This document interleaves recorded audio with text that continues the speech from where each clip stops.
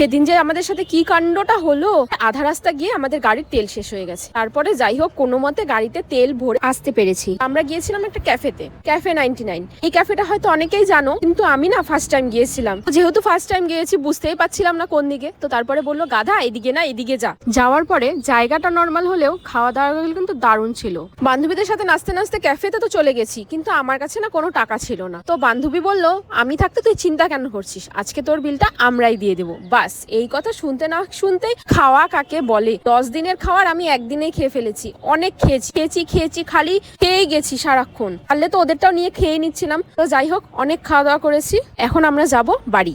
বান্ধবীরা বললো দেখ চারটা কি সুন্দর। আমি তো চাঁদ, আমাকেই দেখ।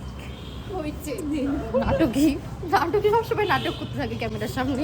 বান্ধবীদের টাকায় ফ্রির খাবার খেয়ে পেট ভরলেও মনটা ভরেনি। এখন আমরা আবার রাস্তায় খিচুড়ি দিচ্ছিল, সেটা নিতেও দাঁড়িয়ে পড়েছি। আমার একবারে হয়নি। আমরা একবার খেয়েছি, খেয়ে দোকান থেকে ফয়েল পেপার কিনে আবার সেই ফয়েল পেপার নিয়ে গিয়ে ওনাদের কাছে যে আমাদের আরেকটু খিচুড়ি দাও। আর সত্যি কথা বলতে ওনারা এতটা ভালো ছিল, এত ভালো ব্যবহার। আর ওরা কিন্তু একবার জন্য মানা করেনি। আমরা আবার প্যাকেটে করে একদম ফুল প্যাকেট ভরে নিয়ে তারপরে বাড়ি গিয়েছি। আর এই রাস্তায় দেওয়া খিচুড়ি প্রসাদ গুলো এতটা টেস্ট হয়, এত লোভ লাগে, বাড়িতে বানালে যেন এই স্বাদটাই পাওয়া যায় না। কি তাই না?